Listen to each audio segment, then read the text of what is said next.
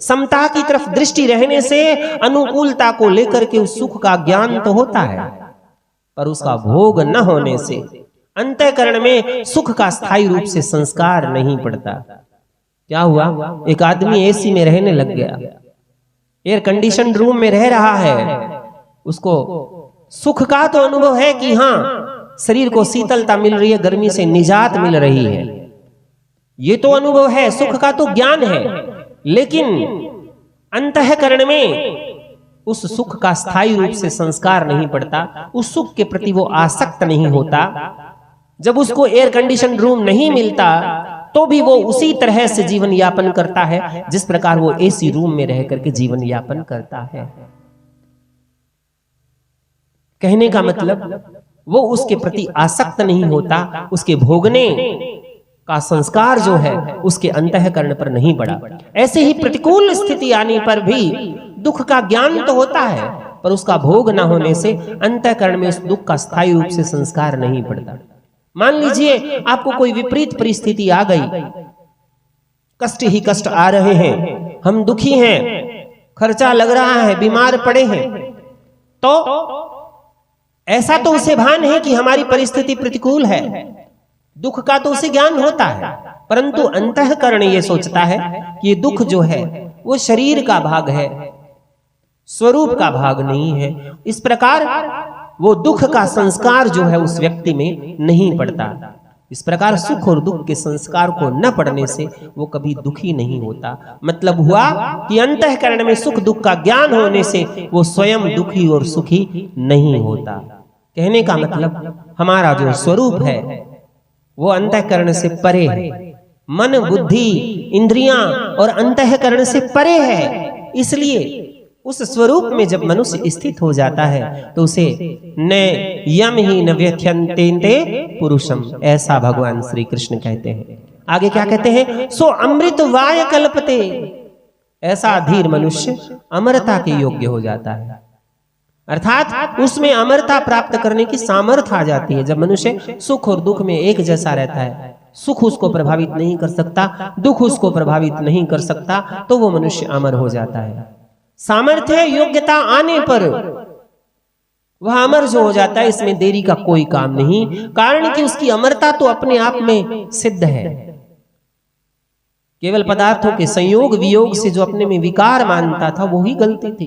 पदार्थ मिल गए, हम प्रसन्न हो गए, विकार पैदा हुआ, पदार्थ बिछुड़ गए, हम दुखी हो गए, हैं? फिर विकार पैदा हो गया।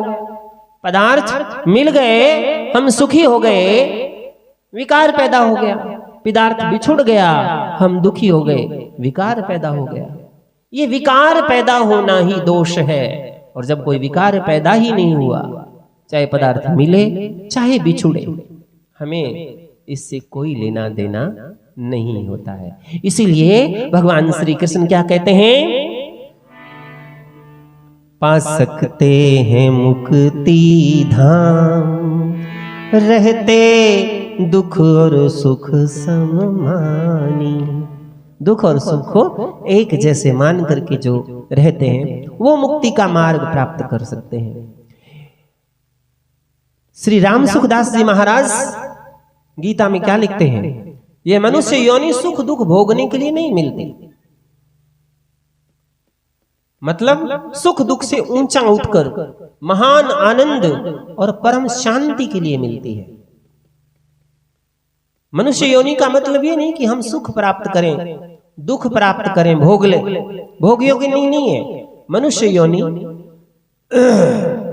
आनंद और सुख शांति के प्राप्त होने के बाद कुछ भी प्राप्त होना बाकी नहीं रहता। उस परमानंद और परम शांति को प्राप्त करने के लिए ये मनुष्य योनि मिली है। गीता के 6 अध्याय के 22वें श्लोक में कहा गया है, अगर अनुकूल वस्तु व्यक्ति परिस्थिति आदि के होने अथवा उनकी संभावना में हम सुखी होंगे, अर्थात हमारे भीतर अनुकूल वस्तु व्यक्ति आदि को प्राप्त करने की कामना और लालच रहेगा, तो हम अनुकूलता का सदुपयोग नहीं कर सकेंगे।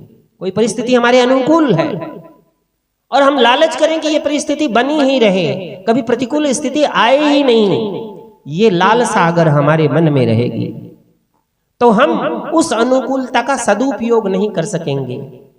उसमें जो आनंद आना चाहिए ना, वो नहीं आएगा। हम प्रतिकूल परिस्थिति की चिंता करते रहेंगे कि कैसे ये अनुकूल परिस्थिति बनी रहे, इसकी चिंता करते रहेंगे। और चिंता जब होती है तो मनुष्य अनुकूल परिस्थिति का आनंद नहीं उठा सकता। अनुकूलता का सदुपयोग करने की सामर्थ्य शक्ति हमें प्राप्त नहीं हो सकेगी। कारण कि अनुकूलता का सदुपयोग करने की शक्ति अनुकूलता के भोग में खर्च हो जाएगी।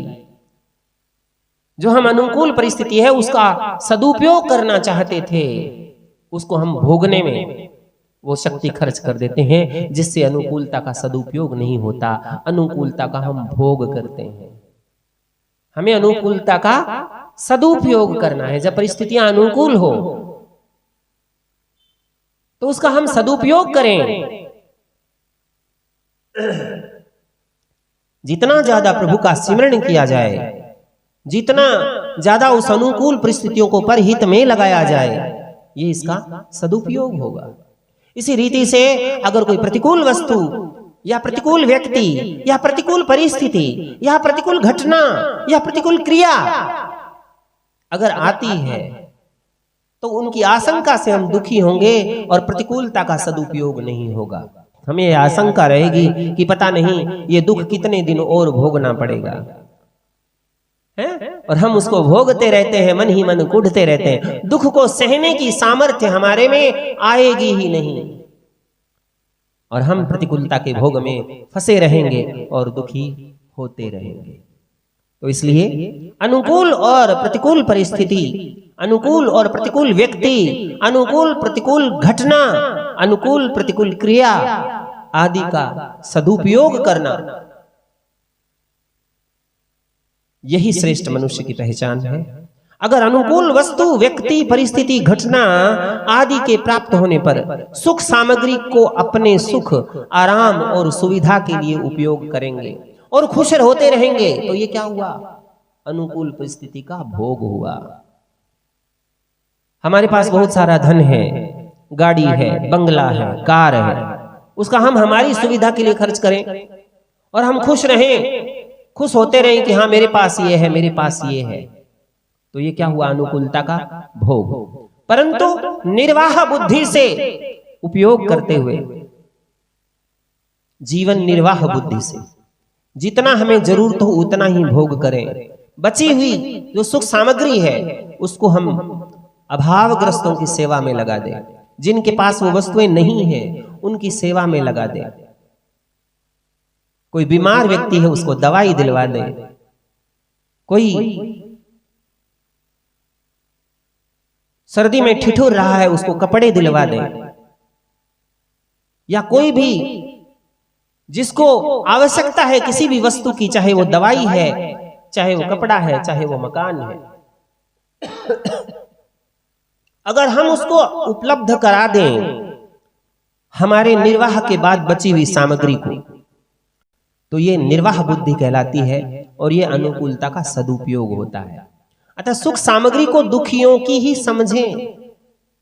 हमें जो भगवान सुख देता है ना, वो दुखियों का सुख है, दुखियों का हक है उसमें। क्यों? मान लो कि हम करोड़पति हैं और हमें करोड़पति होने का सुख होता है, अभिमान होता है, परंतु ये कब होता है? जब हमारे सामने कोई करोड़पति ना हो। अगर हमारे चारों तरफ करोड़पति बैठे हो और हम भी करोड़पति हो तो हमें इतना खुशी नहीं मिलेगी जितनी हमें मिलनी चाहिए। हमारे सामने देखने सुनने में जो आते हैं वो के सारे अरबपति और हम करोड़पति हो तो फिर हम दुखी हो जाएंगे। तो कहने का मतलब क्या हुआ? करोड़पति होने का सुख मिलेगा क्या? बिल्कुल नहीं मिलेगा, क्योंकि करोड़पति को होने का सुख तो तब मिलेगा जब हमारे चारों तरफ हम अभावग्रस्त और दरिद्र लोगों को देखेंगे, और अगर हम मिली हुई सुख सामग्री से अभावग्रस्तों की सेवा ना करके खुद ही सुख भोगते रहते हैं और भगवान के प्रति कृतघ्न होते हैं, भगवान के किए गए उपकार को नहीं मानते हैं, इससे क्या होता है? अनर्थ पैदा होता है। कारण कि हमारे पास जो सुख सामग्री है वो दुखी आदमियों की दी हुई है, और उस सुख सामग्री को दुखियों की सेवा में लगा देना हमारा परम कर्तव्य होता है।